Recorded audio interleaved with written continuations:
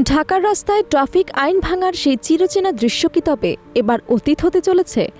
রাজধানীর ব্যস্ত মোড়গুলোতে এখন আর শুধু ট্রাফিক পুলিশের উপস্থিতি নিয়ম মানার একমাত্র কারণ নয়, নীরবে কাজ করছে অত্যাধুনিক আর্টিফিশিয়াল ইন্টেলিজেন্স বা এআই প্রযুক্তি নির্ভর স্মার্ট ক্যামেরা, যা মুহূর্তেই শনাক্ত করে ফেলছে ট্রাফিক আইন লঙ্ঘনের ঘটনা।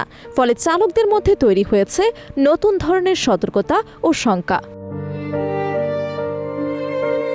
রাজধানীর দীর্ঘদিনের যানজট, বিশৃঙ্খল ট্রাফিক ব্যবস্থা এবং বেপরোয়া যান চলাচল নিয়ন্ত্রণে এবার প্রযুক্তি নির্ভর নজরদারিকে গুরুত্ব দিচ্ছে সংশ্লিষ্ট কর্তৃপক্ষ। ইতোমধ্যে বাংলা মোটর, সোনারগাঁও মোড়, কারওয়ান বাজার, বিজয় সরণি সহ ঢাকার গুরুত্বপূর্ণ অন্তত 25টি পয়েন্টে স্থাপন করা হয়েছে এআই চালিত ক্যামেরা। পর্যায়ক্রমে আরও বিভিন্ন এলাকায় এই প্রযুক্তি বিস্তারের পরিকল্পনা রয়েছে। সাধারণত সিসিটিভি ক্যামেরার সঙ্গে এই স্মার্ট ক্যামেরার মূল পার্থক্য হল এর স্বয়ংক্রিয় শনাক্তকরণ সক্ষমতা। কোনো গাড়ি ট্রাফিক আইন ভাঙলে ক্যামেরা তাৎক্ষণিকভাবে গাড়ির নম্বর প্লেট স্ক্যান করে তথ্য সংগ্রহ করছে। এরপর স্বয়ংক্রিয়ভাবেই সংশ্লিষ্ট গাড়ির মালিকে মোবাইলে চলে যাচ্ছে ডিজিটাল মামলার বার্তা। পুরো প্রক্রিয়ায় কোনো ট্রাফিক সার্জেন্ট সরাসরি হস্তক্ষেপের প্রয়োজন পড়ছে না। এআই শব্দের অর্থ হচ্ছে আর্টিফিশিয়াল ইন্টেলিজেন্স, অর্থাৎ হচ্ছে আপনার ক্যামেরার মাধ্যমেই সবকিছু ফাইন্ড আউট করা যাবে, যেমন সিগন্যাল ভায়োলেশন, তারপর হচ্ছে লেন ভায়োলেশন, তারপর হচ্ছে উল্টো পথে আসা, এই ধরনের যারা অপরাধ করে, যারা এই ধরনের অপরাধ করতে অভ্যস্ত, তাদের জন্য অটোমেটিকলি মামলার আওতায় আনানোর জন্য DMP Dhaka metropolitan police AI এর মাধ্যমে মামলা প্রদর্শন করতেছে। ফলে আগে যেখানে অনেক চালক ট্রাফিক পুলিশ না থাকলে নিয়ম অমান্য করে সহজেই পার পেয়ে যেতেন, এখন সেই সুযোগ প্রায় বন্ধ হয়ে গেছে। কারণ রাস্তায় দৃশ্যমান পুলিশ সদস্য না থাকলেও অদৃশ্য ডিজিটাল নজরদারি সবসময় সক্রিয় রয়েছে। বিশেষজ্ঞরা বলছেন, এই প্রযুক্তি কার্যকরভাবে বাস্তবায়ন করা গেলে রাজধানীর সড়কে শৃঙ্খলা ফিরিয়ে আনা অনেকটাই সহজ হবে। একই সঙ্গে কমে আসতে পারে দুর্ঘটনারও হার। কারণ আইন ভাঙার পর তাৎক্ষণিকভাবে মামলা হওয়ার ভয়ে চালকদের মধ্যে নিয়ম মানার প্রবণতা বাড়ছে। বর্তমানে এআই ক্যামেরাগুলো মূলত কয়েক ধরনের ট্রাফিক আইন লঙ্ঘনের ঘটনা শনাক্ত করছে। এর মধ্যে অন্যতম হল লালবাতি অমান্য করা। ট্রাফিক সিগন্যালে লালবাতি জ্বলার পর গাড়ি চালিয়ে গেলে ক্যামেরা তার সঙ্গে সঙ্গে ধারণা করছে এবং স্বয়ংক্রিয় মামলা রেকর্ড হচ্ছে। শুধু তাই নয়, জেব্রা ক্রসিং বা স্টপ লাইনের বাইরে গাড়ির চাকা চলে গেলেও সেটি শনাক্ত করছে এআই প্রযুক্তি। আগে অনেক চালক সিগন্যালের সামনে অতিরিক্ত এগিয়ে গিয়ে পথচারীদের চলাচলে বাধা সৃষ্টি করলেও এখন সে সুযোগও সীমিত হয়ে আসছে। এছাড়া উল্টো পথে গাড়ি চালানো, যেখানে সেখানে গাড়ি পার্কিং করা কিংবা নির্ধারিত স্টপস ছাড়া যাত্রী ওঠানামা করার মতো অপরাধও নজরদারির আওতায় আনা হয়েছে। বিশেষ করে রাজধানীর ব্যস্ত সড়কে বাস চালকদের হঠাৎ গাড়ি থামিয়ে যাত্রী ওঠানামার কারণে প্রায় যানজট সৃষ্টি হয়। এখন এই ধরনের ঘটনাও সহজেই শনাক্ত করছে এআই ক্যামেরা। হ্যাঁ, আমি সবই জানি। এখানে আইন ভঙ্গ করলেই মানে অটো যে কোনো আপনার সিগন্যাল অমান্য করলেই আপনার সমস্যা, অটো আপনার কাছে সবকিছু চলে যাবে। না না, অবশ্যই ভালো করছে, অবশ্যই ভালো। সবাই অন্তত বাঙালি যদি সিস্টেমের মধ্যে ফালানো হয়, বাঙালি ঠিকঠাক ভাবে চলে। সব কথার এক কথা, বাঙালি কোনো আইনই মানতে চায় না, এদেরকে মানানো লাগে। সুবিধা বলতে মানুষজন অনেকেই জানছে আস্তে আস্তে, সময় লাগবে একটু, সবার কাছে পৌঁছাতে একটু সময় লাগবে।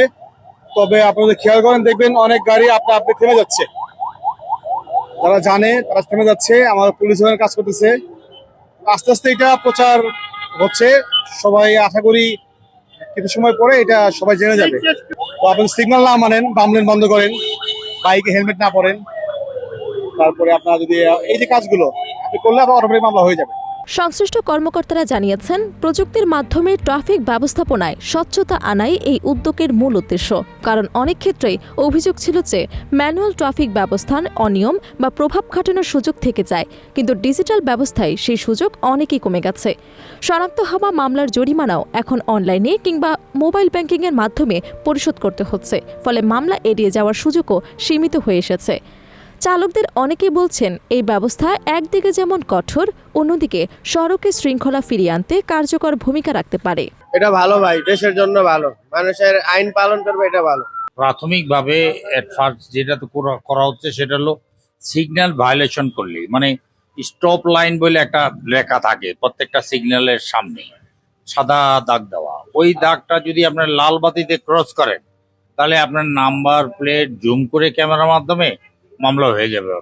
মামলাটা হবে মালিকের নামে, গাড়ির ওই নাম্বার যেই মালিকের নামে, সেই মালিকের নামে মামলা হবে, তার কাছে ওয়ারেন্ট যাবে, সে তারপর ভাঙাবে, না ভাঙলে আইনের প্রসেস হবে।